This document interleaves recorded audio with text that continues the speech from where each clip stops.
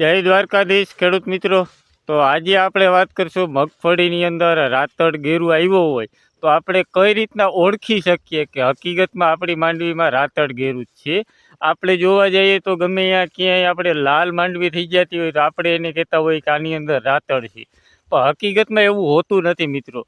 કઈ રીતના આપણે એને ઓળખી શકીએ કે હકીકતમાં આપણી માંડવીમાં રાતળ ગેરું આવી ગયો છે, અને જો આવી ગયો હોય તો એના માટે આપણે કઈ એવી સારી એવી દવા છાંટીએ જેથી કરીને એનું આપણે નિયંત્રણ કરી શકીએ. તો એના વિશે જ આજે આપણે વિડીયોમાં વાત કરીશું, તો લાસ્ટ સુધી જોડાયેલા રહેજો. અને જે મિત્રો આપણી ચેનલમાં નવા હોય એ ચેનલને સબસ્ક્રાઈબ કરી લેજો. તો ચાલો વિડીયોની શરૂઆત કરીએ. તો હવે ખેડૂત મિત્રો આપણે વાત કરીએ, અત્યારે મગફળીની અંદર આપણે મોટાભાગના ખેડૂતને રાતળ ગેરુનો પ્રશ્ન જોવા મળતો હોય, અને અમુક ખેડૂત મિત્રોને ખબર જ નથી. મિત્રો હકીકતમાં જો તમને ખબર હોય કે રાતળ ગેરુનું તમે કઈ રીતના ચેક કરો તમારી માંડવીમાં, તો એ જરૂર ખાસ કરીને કોમેન્ટ કરીને જણાવો કે તમે કઈ રીતના ચેક કરો કે રાતળ ગેરું આવી ગયો. પાંદડા જોઈને કરો, કઈ રીતના કરો, અને હું કઈ રીતના કરું એના વિશે વાત કરું મિત્રો. તો આપણે તમે અત્યારે આ બધી જોઈ શકો મગફળી, તો એની અંદર મિત્રો વહેલી સવારે એટલે કે હવે આપણે ઠાર આવવાની ને શરૂઆત થઈ ગઈ છે. તો ઠાર આવી ગયો હોય અને મગફળી ઉપર આપણે કોઈ પણ એક સફેદ રૂમાલ અથવા કોઈ પણ સફેદ વસ્તુ, આપણે ટૂંકમાં ફાર્યું હોય એ ટાઈપનું સફેદ લઈ અને મગફળીની ઉપર આ તમે જોઈ શકો ઠાર આવી ગયો હોય અને એની ઉપર મિત્રો આપણે ફેરવવાનું છે.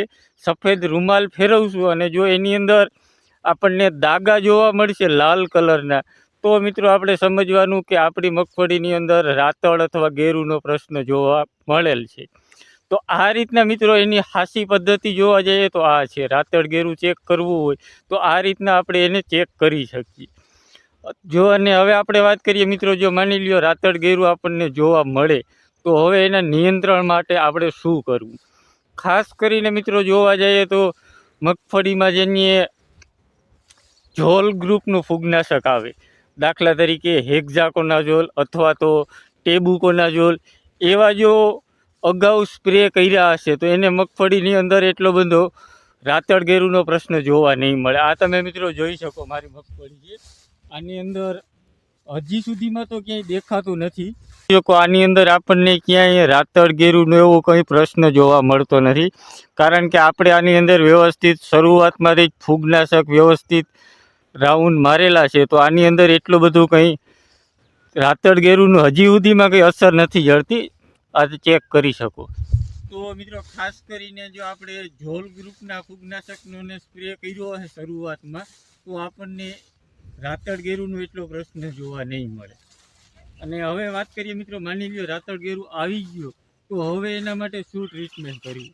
તો ખાસ કરીને મિત્રો બેસ્ટમાં બેસ્ટ આપણે દવાની વાત કરીએ તો એ છે એક્ઝોસ્ટ્રોબિન અને ક્લોરોથાયોનિલ, જે આપણે જટાયુ કરીને માર્કેટની અંદર ફેમસ છે. એનો આપણે સ્પ્રે કરી શકીએ. એ રાતળ અને ગેરુની અંદર ખૂબ સારું એવું રિઝલ્ટ આપે છે. અને આપણે વાત કરીએ મિત્રો, એ દવા ના છાંટવી હોય અને બીજી છાંટવી હોય તો આપણે કોઈ પણ કોન્ટેક અને સિસ્ટેમિક આવે એનો સ્પ્રે કરીએ તો સારું રિઝલ્ટ મળશે. મેં તમને કીધું એ રીતના રૂમાલથી ચેક કરી અને જો રાતળ ગેરું હોય તો એની અવશ્ય ટ્રીટમેન્ટ કરવી. બાકી આપણે નોર્મલ ફૂગનાશક તો છાંટતા જ હોઈએ.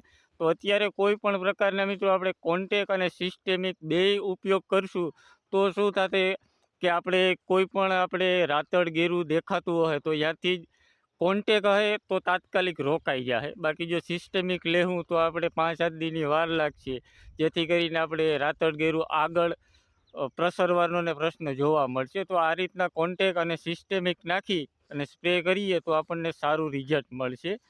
તો મિત્રો વિડીયોને બીજા અન્ય ખેડૂત સુધી શેર કરજો, જેથી કરીને બીજા ખેડૂતને પણ ફાયદો થાય. ધન્યવાદ.